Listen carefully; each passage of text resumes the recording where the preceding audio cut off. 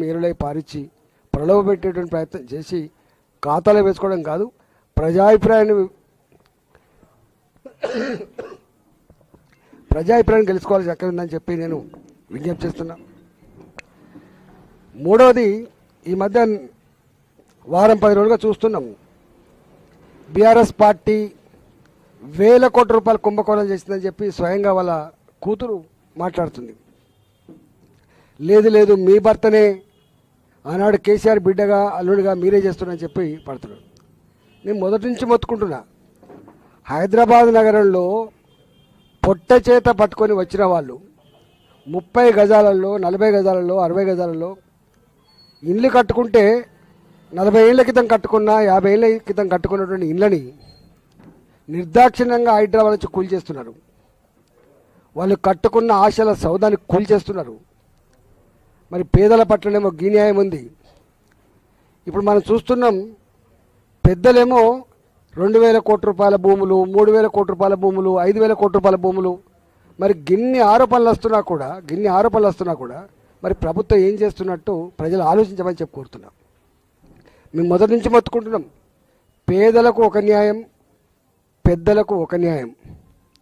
ఇవాళ కొన్ని సందర్భాల్లో కోర్టులను కూడా మేనేజ్ చేసే ప్రయత్నం చేస్తున్నారు, మేనేజ్ చేస్తున్నారు.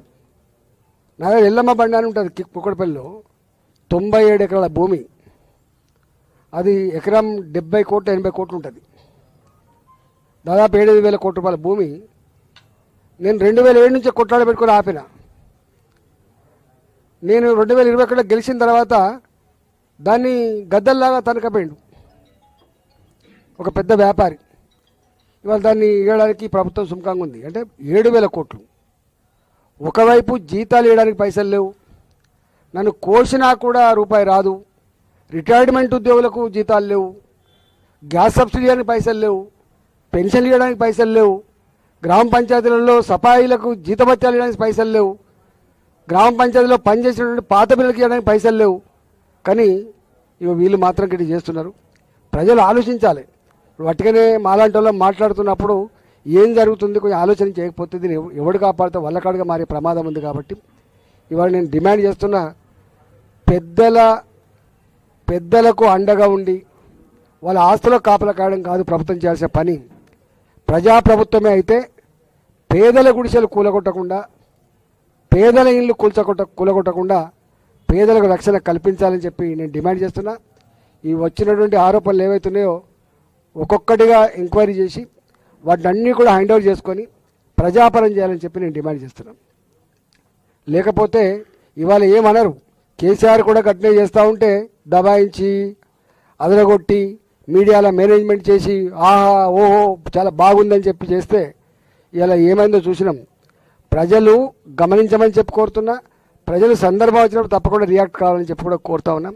రేపు 2వ విడత 3వ విడత కూడా ఎన్నికలు జరగబోతున్నాయి. కాబట్టి నేను మళ్ళీ విజ్ఞప్తి చేస్తున్నా, డబ్బులు కాదు ముఖ్యం, దావతులు కాదు ముఖ్యం, క్యారెక్టర్లోని కమిట్మెంట్లోని మీతో ఉండి పనిచేసేటువంటి నమ్మకం ఉన్న వాళ్ళని గెలిపించాలని చెప్పి నేను వినమ్రంగా విజ్ఞప్తి చేస్తున్నా. ఇవాళ హుజురాబాద్ నియోజకవర్గంలో మేము 25 ఏళ్ళుగా ఇక్కడ మేము పనిచేస్తున్నాం. సర్పంచ్ ఎన్నికలైనా, ఎంపీటీసీ ఎన్నికలైనా, మున్సిపాలిటీ ఎన్నికలైనా, జెడ్పీటీసీ ఎన్నికలైనా అన్ని ఎన్నికల్లో మేము పార్టిసిపేట్ చేసినాం. అంటే ప్రత్యక్షంగా పరోక్షంగా పార్టిసిపేట్ చేసినాం, గెలుచుకున్నాం. ఈసారి కూడా అంటే మేము 2 ఏళ్ళు అవుతుంది మేము ఇక్కడ లేమని చెప్పి ప్రచారం జరుగుతున్నప్పటికి కూడా మా మీద విశ్వాసం ఉంచి నమ్మకం ఉంచి మీరు గెలిపించారు. తప్పకుండా ఈ గ్రామాల అభివృద్ధిలో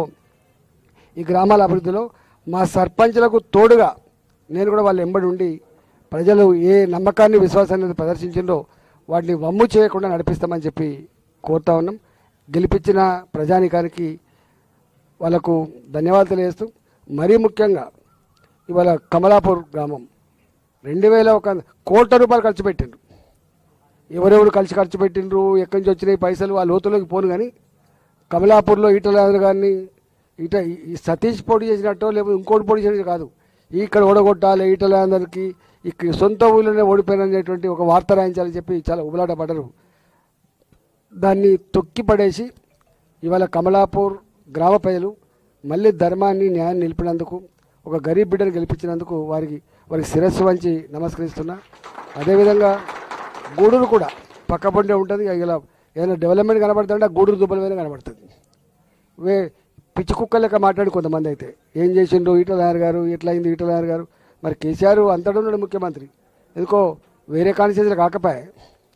లోకల్గా ఉండేటువంటి నాయకుడు ఆయన యొక్క కమిట్మెంటు, ఆయన అర్హత మీద ఆధారపడి డెవలప్మెంట్ వస్తుంది తప్ప ముఖ్యమంత్రి వచ్చి అన్ని కాన్స్టిట్యూన్సీలు డెవలప్ చేసినా ఉండదు అనే జ్ఞానం కూడా లేదు.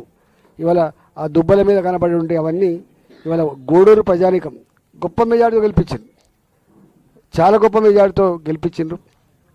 మిగతా కూడా అక్కడక్కడ మేము సరే ఒక్క ఓటుతో రెండు ఓటుతో పోయినప్పటికీ కూడా మా వాళ్ళు గొప్ప కొట్లాడినరు. ఇవాళ నువ్వా నేను అన్నట్టు మాత్రం నిలబడగలిగినరు. రాబోయే కాలంలో తప్పకుండా ఇలా వేనవంక, హుజురాబాద్, అదేవిధంగా మా జమ్మికుంట, ఇల్లంతకుంట ఈ 4 మండలాలకు 17వ తారీఖున ఎన్నికలు జరగబోతున్నాయి. కాబట్టి ఆచితూచి ఆలోచించి ఓటేయమని చెప్పి నేను విజ్ఞప్తి చేస్తున్నా. వచ్చే ఎంపీటీసీ, జెడ్పీటీసీ ఎన్నికల్లో కూడా తప్పకుండా ఇదే పద్ధతిలో మేము పనిచేస్తాం, కష్టపడి పనిచేస్తాం, గెలుచుకునే ప్రయత్నం చేస్తాం. మున్సిపాలిటీ ఎన్నికల్లో కూడా ఇదే పద్ధతిలో పనిచేస్తామని చెప్పి తెలియజేస్తా ఉన్నాం.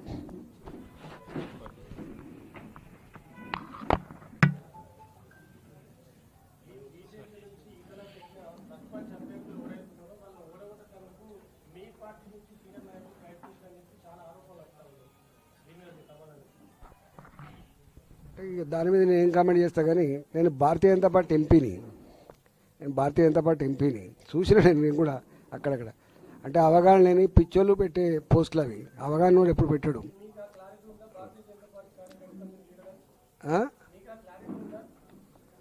వాళ్ళు చెప్పాలి ఎవడు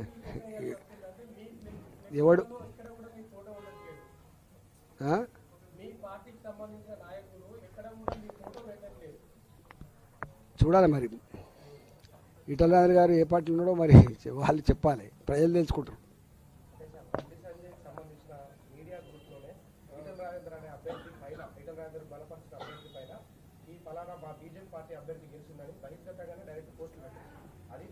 అవగాహన చేస్తాడా?